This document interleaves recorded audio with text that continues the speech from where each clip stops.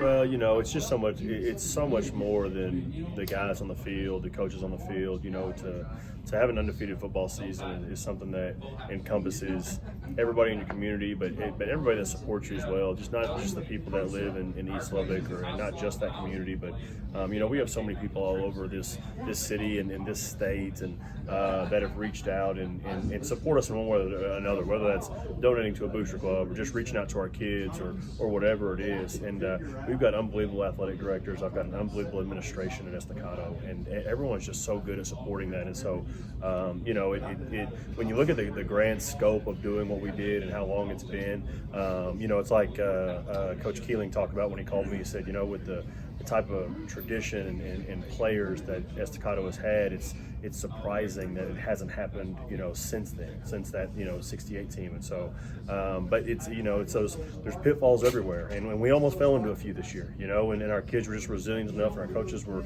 resilient enough to dig ourselves back up out of the hole. And so it's a testament to so much more than just our football program, and so much more than just our coaches and kids. It's a testament to anybody that supported us or rooted for us or reached out to a kid or reached out to a coach. And you know, it's been a special year, and we want to be a special year for as long as we can make it. Unrecognizable.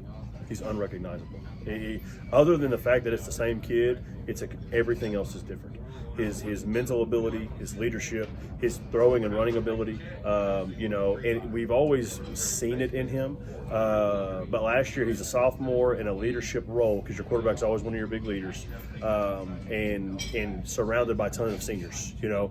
And so there was kind of a paradox there where he struggled sometimes to lead, and sometimes guys that were in that huddle didn't want him to lead, you know. And so there was like kind of this almost back and forth last year with him and some of the older guys. And this year he's just bought completely in, but more than that, he earned it through off season. He earned it in the summer, and guys saw his hard work and they saw what he was putting in. And so that creates trust, because coming into the year, like our kids, himself, it was a quarterback battle. Like we didn't know he was going to be our quarterback, and we weren't going to put somebody out there that we didn't think could capture the huddle when he needed to. And Jay'Lon not only won that quarterback battle, he has won it every day since then. And so it's been a really, really neat process, and I'm just so proud of that kid and what he's done and what he overcame from, you know, 1 for 17 a year ago and 3 interceptions to going 12 for 20 for 250 yards and just rushing for like 80 yards. I mean, he's completely different than what he was last year in every good way you can think of. You know, I think our biggest deal is we need to continue to develop our passing game, you know, and it's 100 times better than it was. But I think any team that's going to make a deep run in the playoffs has to be balanced. And sometimes that balance, like, you know, if you talk to Mike Leach, balance is something different than just run to pass. And so each team has a different balance. But I think for us, we have to be balanced in that we have to be able to run the football, and we have to be able to effectively throw the football. You don't have to throw it 50 times a game, but if you're effective throwing it 15 times a game, you can get that exact same scenario that you want. And so we know everyone's going to load up the box. We know people are going to want to stop Jeremiah, but we feel like we have kids on the edge, and we have a quarterback that can take advantage of those one-on-one situations. And so that's our goal right now, is to continue to develop that. And then, of course, you have all your scheme stuff that you're putting in for that team that we want to make sure that we're doing a really good job with, and stuff you obviously wouldn't say on camera and give away your game plan.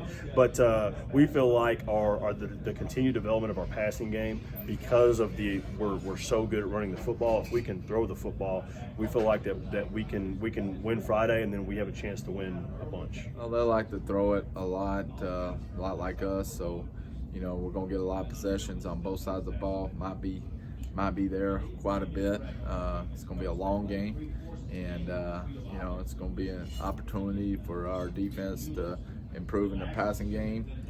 Pass defense, and it's going to be a lot of plays for us. We'd rather play this game than wait on the sideline and wait for everybody to snap the ball when it's just 5 seconds on the play clock. That's no fun for the fans or anybody. I think they should outlaw that. Well, I see Charlie as somebody that you know, has played since his freshman year, but played as a safety, came back and played an outside linebacker.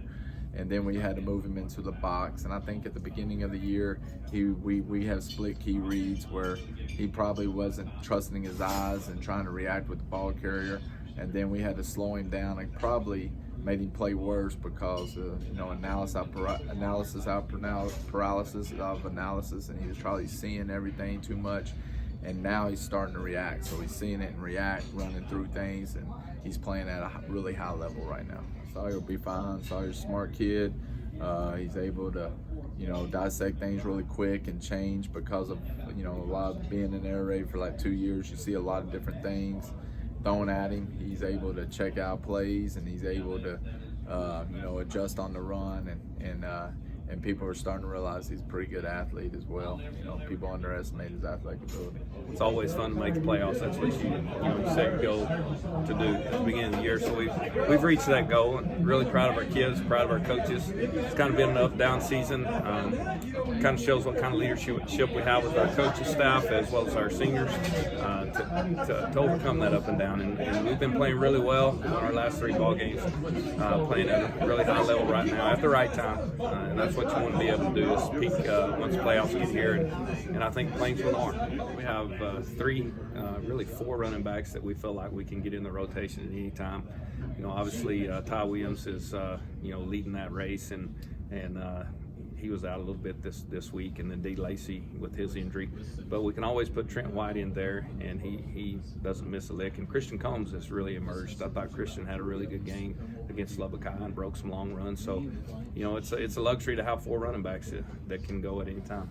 They're really explosive offensively, very impressed with their quarterback, have some really good receivers. They've thrown for, over 3,500 yards this year, so definitely going to be a challenge to stop their pass. They create a challenge for us on defense because they're very multiple. They'll give us an odd front one series, an even front another series, and it's just back and forth. It's just trying to confuse you and get you to make a mistake and capitalize on it. But I think we're seasoned. I don't think that'll be a problem for our offense, and I'll pick that up.